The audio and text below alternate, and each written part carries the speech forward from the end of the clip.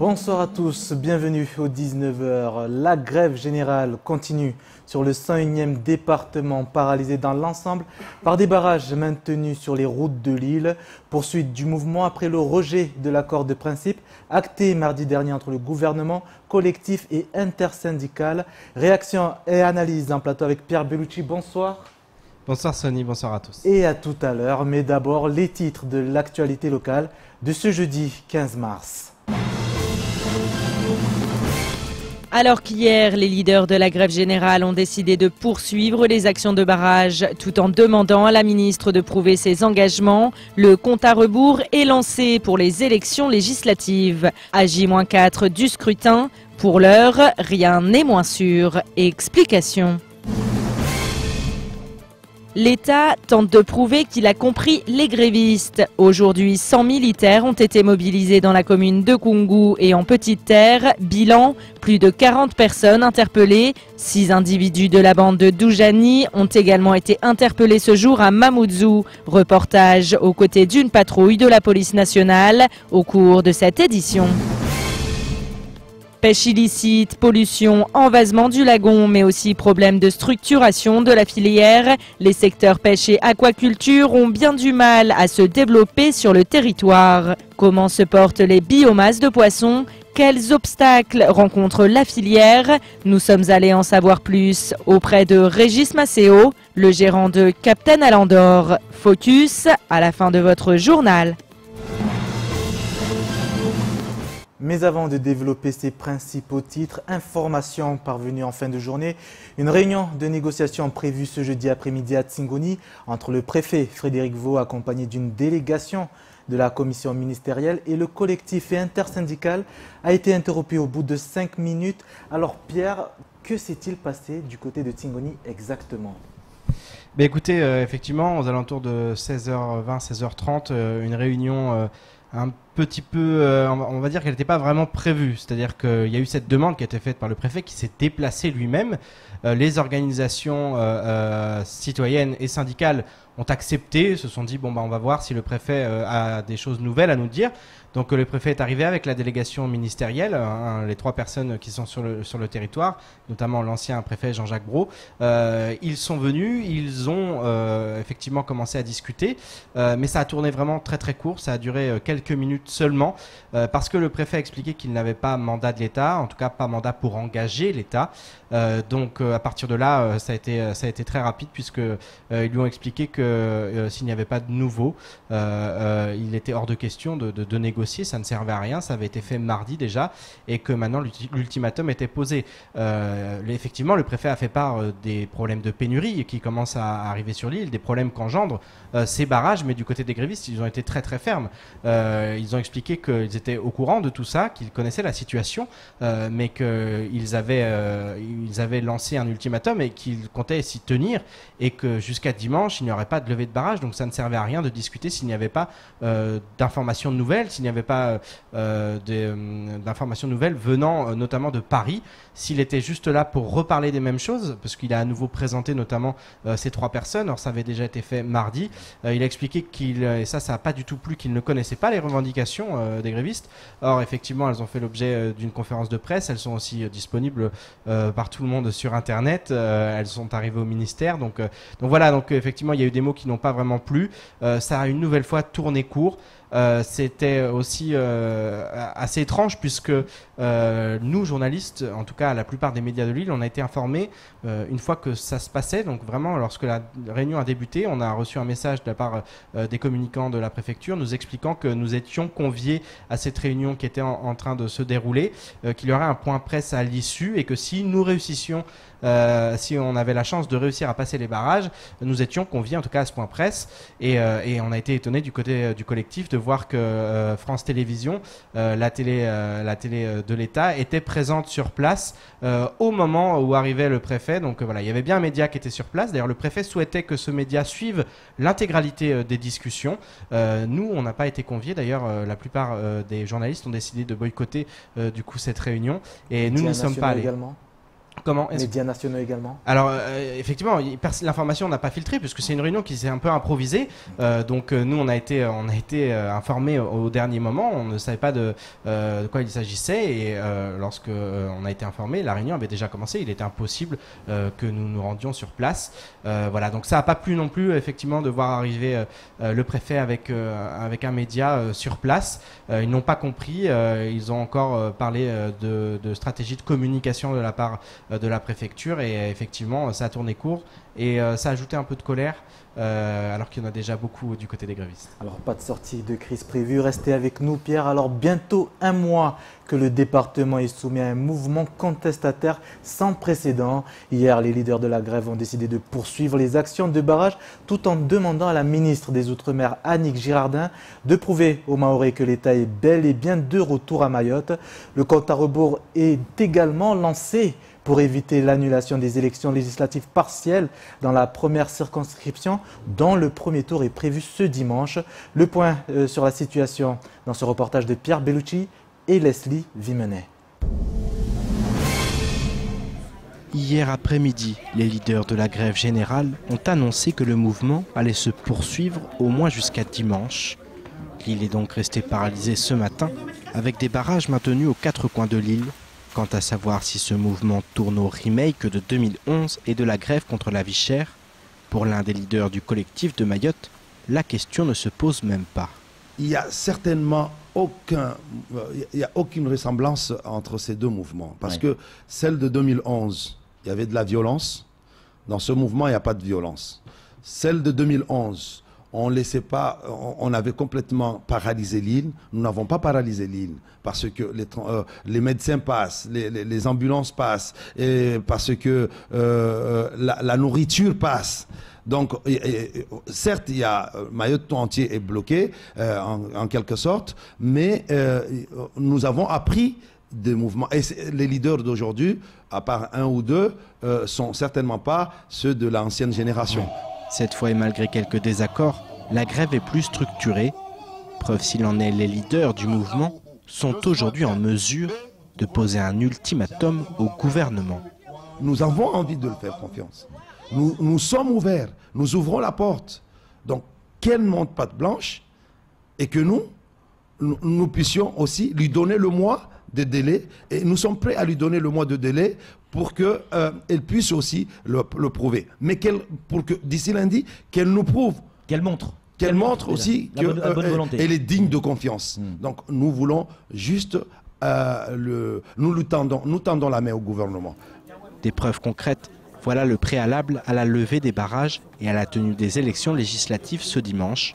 Même si ces preuves serviront aussi et surtout de gage de confiance suite aux engagements oraux qui ont été pris par Annick Girardin mardi soir.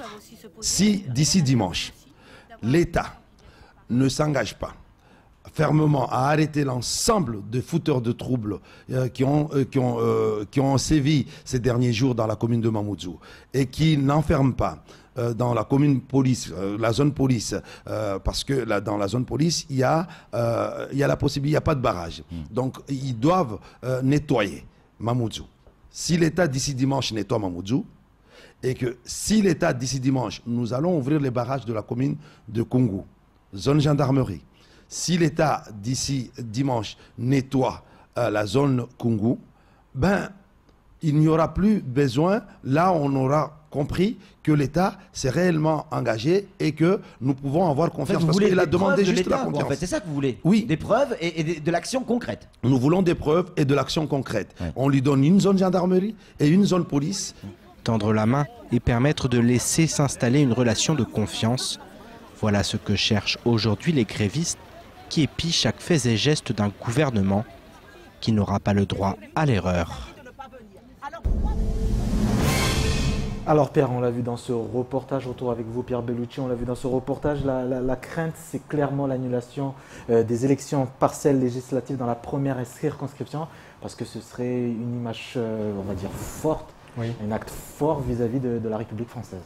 Oui, complètement. Après, effectivement, de toute façon, on se demande si aujourd'hui on est en capacité de les organiser avec tout ce qui s'est passé et avec la situation sur l'île. On se demande si les organiser, c'est une bonne chose et s'il ne faut pas les reporter dès maintenant et si l'État n'aurait pas dû faire ça au regard de la situation. Ce qu'on peut dire, c'est qu'effectivement, il n'y aura pas le droit à l'erreur. C'est-à-dire qu'aujourd'hui, les services de l'État, on va le voir dans le prochain sujet, déploient les forces de sécurité, celles qui sont arrivées, les gendarmes. On sait que les policiers aussi ont eu des ordres, ils travaillent sur le terrain comme ils l'ont toujours fait. Mais là, on va être dans une période de communication aussi, où vraiment la préfecture, on le voit avec ce qui s'est passé tout à l'heure du côté de Tsingoni, mais aussi avec ce qui se passe au niveau des forces de sécurité. Ils veulent communiquer, montrer ce qui se passe. C'est pas toujours le cas. On sait que des fois, c'est très difficile et ça a été un problème d'ailleurs dont les médias ont pu faire part à la ministre, qu'on avait des difficultés justement à avoir des réponses de la part de la préfecture. Là, on est vraiment dans une démarche du côté du service de l'État de communication. Il faut communiquer, il faut montrer. Pourquoi ? Parce que effectivement, du côté du collectif et du côté de l'intersyndical, ils sont très très clairs. Ils vont noter en quelque sorte tout ce qui se passe. Ils vont noter et à partir de là, ils prendront une décision dimanche matin, si oui ou non, ils lèvent les barrages. Quant à savoir si derrière il y aura possibilité d'organiser les élections, je ne pense pas que les mairies elles soient en capacité et il y a de fortes chances pour que ces élections elles ne soient pas en mesure d'être réalisées sur le territoire. Et puis aussi, il faut savoir que ce que demande aujourd'hui le collectif et l'intersyndical, c'est très difficile à réaliser parce que ce sont des bandes qui sont organisées, ce sont des bandes qui sont difficiles d'accès. Effectivement, il y a des informations, les policiers ont des fichiers, ont des bandes de données, mais en 4 jours, en 5 jours, réussir à démanteler, en si peu de temps, réussir à démanteler les bandes, dans ce cas-là, on se dirait, mais alors, qu'a fait l'État pendant tout ce temps ? Il suffisait juste d'envoyer quelques escadrons de gendarmerie, on pouvait régler la situation. Donc voilà, de toute façon, cet ultimatum, il est presque impossible que l'État réussisse à le réaliser. L'idée, c'est en tout cas que l'État fasse preuve de bonne volonté.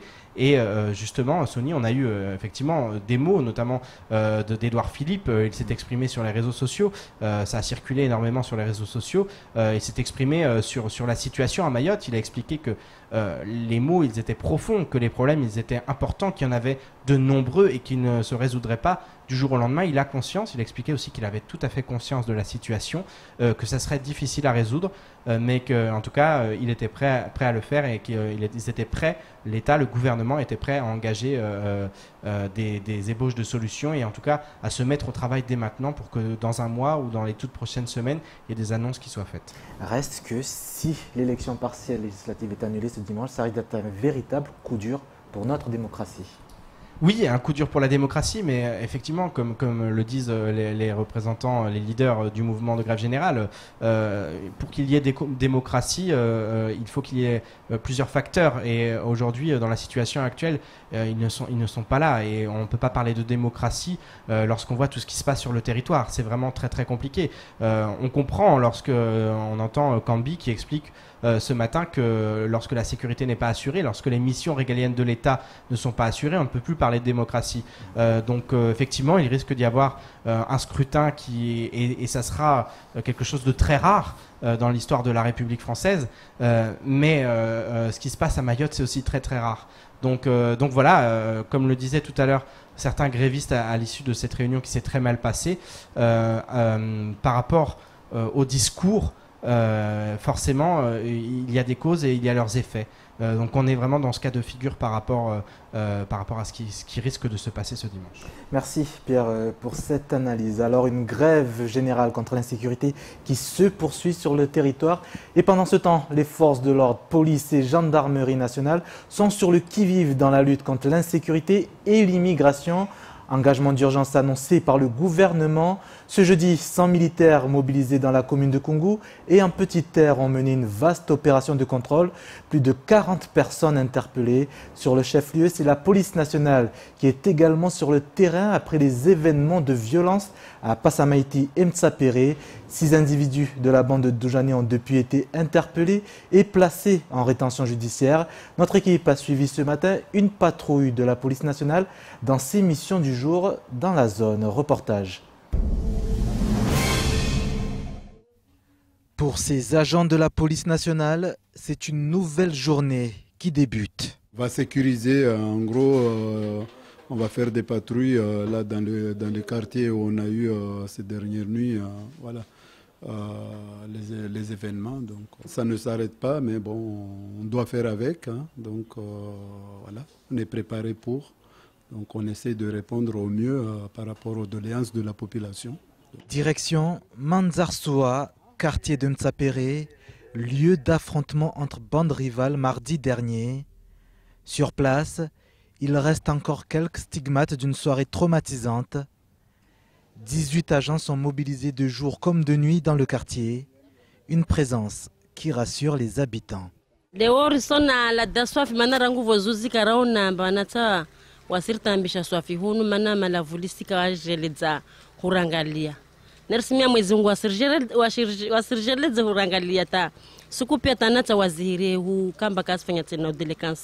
Après les malheureux événements, 6 individus ont été placés en rétention judiciaire. Depuis de nombreuses semaines, les forces de l'ordre sont sur le qui-vive.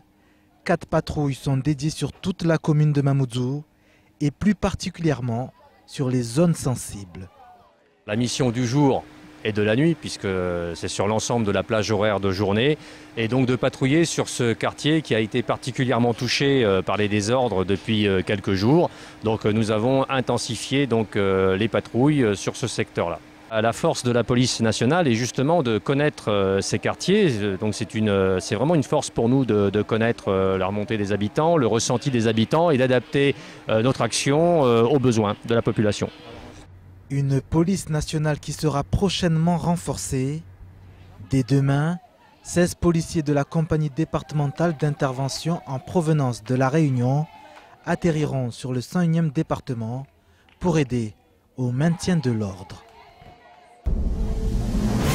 Une grève générale qui, comme en 2011, met gravement à mal l'économie locale par la paralysie de l'île depuis le début du mouvement.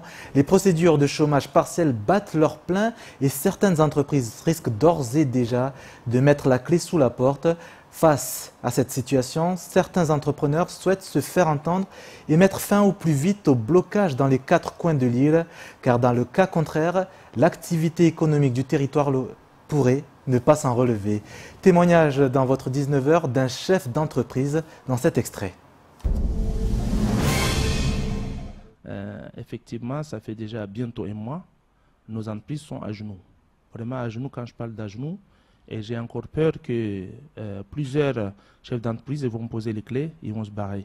Et non simplement qu'ils vont se barrer, mais quand même les salariés qui travaillent dans ces sociétés vont se trouver dehors. Et comme on connaît bien Mayotte avec la situation actuelle, bien que la situation avant, il n'y a pas d'emploi à Mayotte. Les seuls, je dis bien, les seules structures qui créent de l'emploi, c'est les entreprises. Aujourd'hui, sur 100% des Mahorais, vous avez déjà, je ne vais pas être trop gourmand, vous avez 60 personnes qui ne travaillent pas. Sur les 40% qui travaillent, vous avez 20% qui travaillent dans les administrations et 20% sont dans les entreprises. Donc demain, on ferme les entreprises, il y aura 80% qui seront au chômage. Propos recueillis lors de la matinale de Kwezi. Retour en plateau avec vous, Pierre Bellucci. Alors Pierre Bellucci, est-ce que comme en 2011, s'il y a fin de cette grève générale, il faudra repartir de zéro? Je crois que non, parce que cette fois-ci, il y aura en plus 2011. Donc on est quelques années plus tard, mais effectivement, déjà ça allait mal au niveau de l'économie. Maintenant, si cette grève générale elle a lieu, c'est aussi pour régler tous les problèmes, et ils sont nombreux, et dans le domaine de l'économie, ils sont aussi très importants. Il y a des freins, justement, l'insécurité, c'est un frein à l'économie, c'est un frein aux investissements sur le territoire. Donc l'idée, je pense que, et des personnes, et ils l'ont dit à plusieurs reprises, des personnes qui sont à la tête de ce mouvement de grève, c'est de pouvoir avoir un plan global, et l'économie forcément fera partie de ce plan global d'investissement de l'État, d'engagement de l'État pour essayer de redresser la barre. Maintenant, bien sûr que les séquelles, elles seront là, et à la fin fin de ce mouvement de grève générale, il y aura sûrement des petits entrepreneurs. Alors on ne parle pas bien sûr des grandes entreprises. On aura demain matin la patronne du MEDEF qui sera sur notre plateau. Elle risque de tirer la sonnette d'alarme, mais on sait bien que ce ne sont pas ces entreprises-là qui seront les plus fortement touchées. Ce seront les petites entreprises, celles qui se sont créées il y a quelques mois et qui doivent aujourd'hui faire sans travail et qui depuis de longues semaines. Et puis il ne faut pas oublier que l'année dernière, on a eu, il me semble, si je ne dis pas de bêtises, 20 jours sans grève sur le territoire. C'est considérable dans le mauvais sens du terme, parce que effectivement on a eu des grèves toute l'année, avec certaines qui étaient des grèves générales, avec aussi des blocages.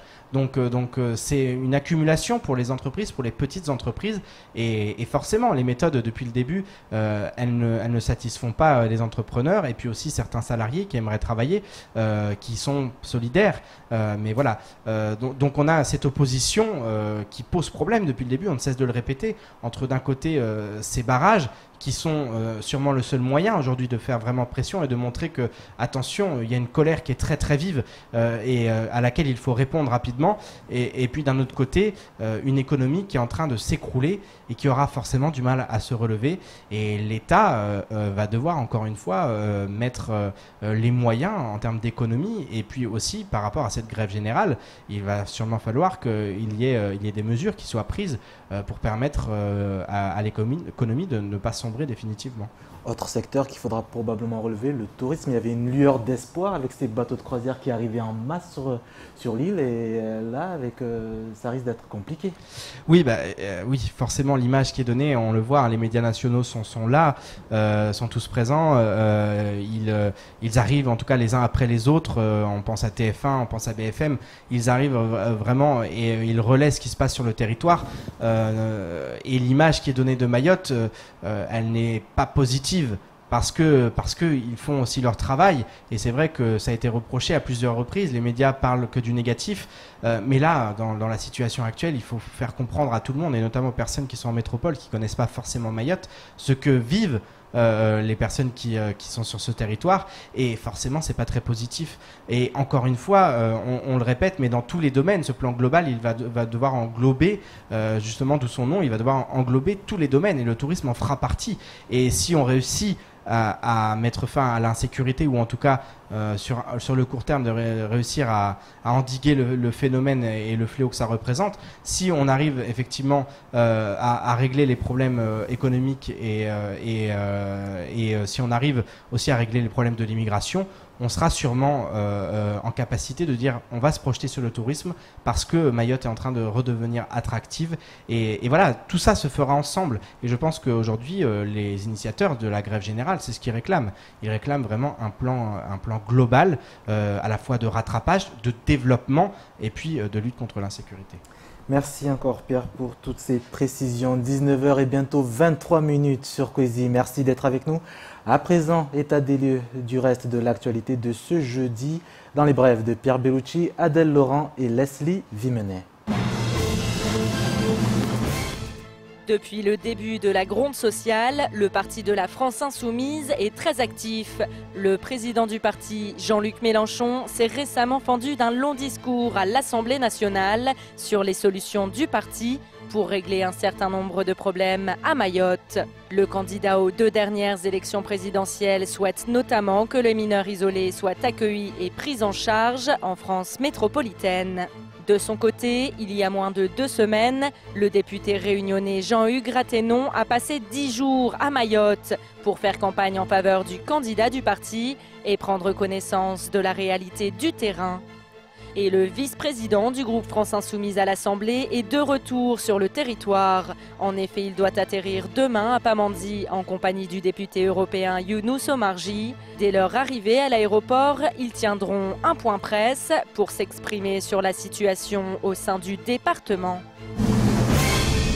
Autre parti politique qui s'exprime sur la situation à Mayotte, le Front National. La fédération départementale de Mayotte vient d'écrire une note à la présidente du parti, Marine Le Pen. Il est ainsi stipulé que la solution pour lutter contre la violence et les discriminations consiste à aider la jeune génération.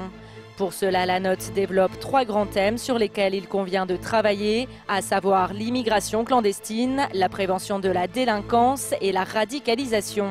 Pour éviter le racisme et le rejet de l'autre, les responsables locaux du parti concluent leur note en ces termes, je cite: « Il conviendrait par ailleurs d'avoir un message fort, de rappeler à la jeune génération ce que signifie aujourd'hui le mot Maoré. Le Maoré est celui qui, quelles que soient ses origines, sa couleur et son lieu de naissance, apprécie Mayotte, apprécie ses habitants et respecte leur mentalité, leurs traditions et leur sensibilité. Mais c'est aussi celui qui doit acquérir et faire sienne les valeurs qui lui permettront de s'ancrer dans la République française. » Noussoura Soulaïmana, auteur de l'ouvrage Mobilisation pour Mayotte, est actuellement à Paris pour participer à une conférence dédicace sur le thème de Mayotte, organisée demain de 16h30 à 20h au Salon du Livre de Paris. Une autre séance dédicace est programmée sur le stand des Outre-mer le dimanche 18 mars de 10h à midi. Diplômé du Centre d'études diplomatiques et stratégiques de Paris, il a été secrétaire général du Rassemblement des élus de Mayotte et président de la CFE-CGC Mayotte. Il est actuellement président du CREFOM Mayotte et exerce les fonctions de chargé de mission Mayotte 2025 au niveau du département. Homme public et politique maoré, Noussoura Soulaïmana, qui s'est beaucoup investi dans le développement économique et social de l'île, va présenter son ouvrage qui résonne avec l'actualité locale. En effet, Mobilisation pour Mayotte est un livre dans lequel il fait part de son expérience en tant que syndicaliste au gré des évolutions du département. Sujet beaucoup plus léger dans votre 19h à présent. Mayotte abrite une biodiversité marine exceptionnelle et pour cause. L'île profite d'une situation géographique avantageuse grâce à sa localisation au nord du canal du Mozambique. Ces eaux accueillent l'immigration de nombreuses espèces de poissons, des eaux mahoraises donc riches en variétés d'animaux à branchies. Une bonne chose notamment pour le secteur de la pêche sur le territoire. Justement, comment se porte la filière sur l'île et quelles possibilités pour la développer durablement?